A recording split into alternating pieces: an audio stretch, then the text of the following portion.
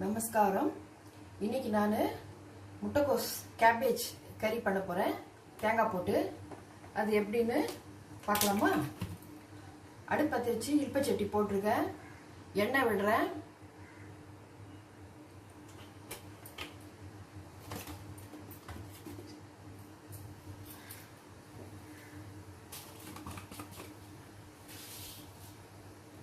கடுகு போடுறேன்.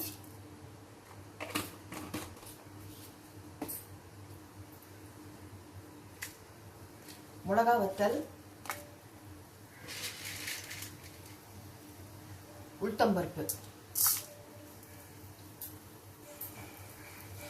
கடுகு வெடிச்ச உடனே கேபேஜ் நறுக்கி வச்சுருக்கேன், ஒரு 1/2 கிலோ நறுக்கி வச்சுருக்கேன். அதில் போட்டுட்டு மூடி வச்சுருவேன். மூடி வச்சா ஆவியில் வந்துடும்.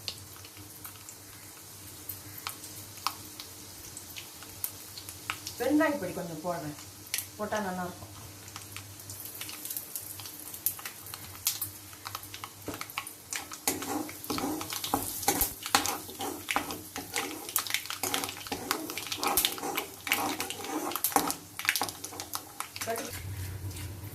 கடுகு வெடிச்சிட்டு இப்போ வந்து காய் வந்து அலம்பி போடுறேன்.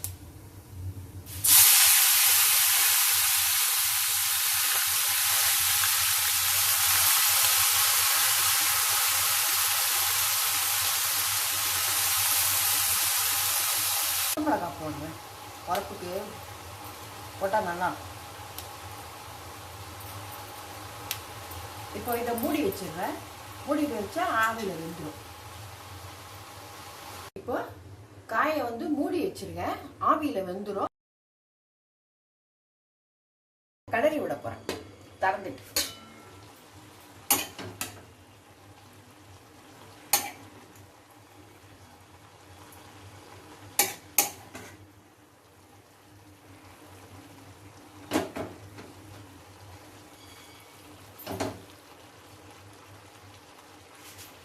இப்போ மூடி வைக்க போறேன். இப்போ 2 நிமிஷம் கழிச்சு திறந்தேன். திருப்பி ஒரு 2 நிமிஷம் கழிச்சு திறக்க போறேன். 2 நிமிஷம் ஒரு 3 வாட்டி பண்ணினோம்னாக்க அது நல்லா வெந்துடும். உங்களுக்கு காய் ஆவிலேயே நல்லா வெந்துடும். இப்போ கிளறி விட போறேன் 2வது வாட்டி.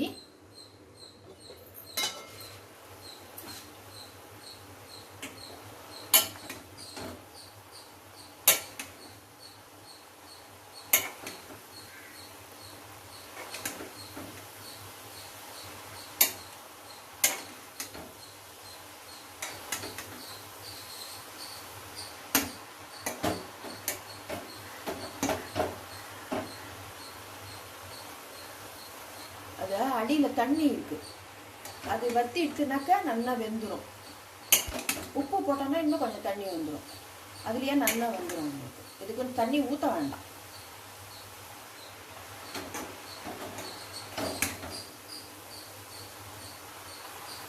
உப்பு போடுறேன்.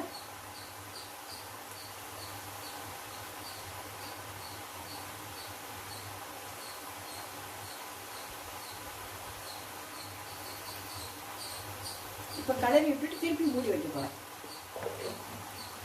போட்டு மூடி வச்சேன். இப்போ திறந்துட்டேன். அடுப்பை பெருசாக வச்சு கிளறணும். எந்த பாருங்க, அடியில் தண்ணி வந்து இன்னும் வத்தவே இல்லை. அதனால வந்து அடுப்பை பெருசாக வச்சு நல்லா கிளறி விட்டேன்னா அந்த தண்ணியெலாம் நல்லா இழுத்துனுடும். இழுத்துன பிறகு தேங்காய் துருவி போட வேண்டியதுதான். அடுப்பு பெருசாக வச்சுருக்கேன். அது 1 நிமிஷத்தில் அப்படியே காய் அப்படியே இழுத்துடணும். அதில் காய் வெந்துடுத்து. உங்களுக்கு தேங்காய் துருவி போட்டால் கறி ரெடி. தண்ணி வந்து அடுப்பு பெருசாக வச்சு அப்படியே இழுத்து விடுவாங்க. அப்படியே காய் வந்து நல்லா வெந்துடுத்து, உப்பு போட்டு நல்லா வெந்துடுத்து. இப்போ தேங்காய் துருவினது போடுறேன்.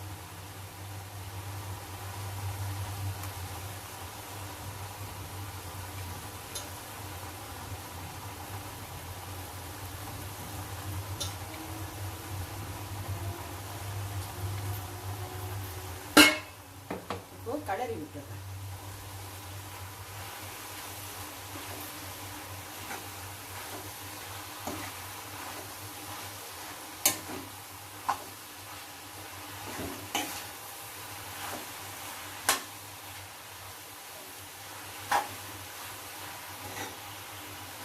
இப்போ தேங்காய் போட்ட கோஸ் கறி, கேபேஜ் கறி ரெடி ஆயிடுது. எப்படி இருக்கு பண்ணி பார்த்துட்டு சொல்லுங்க. மறக்காமல் சப்ஸ்கிரைப் பண்ணுங்க. தேங்க்யூ.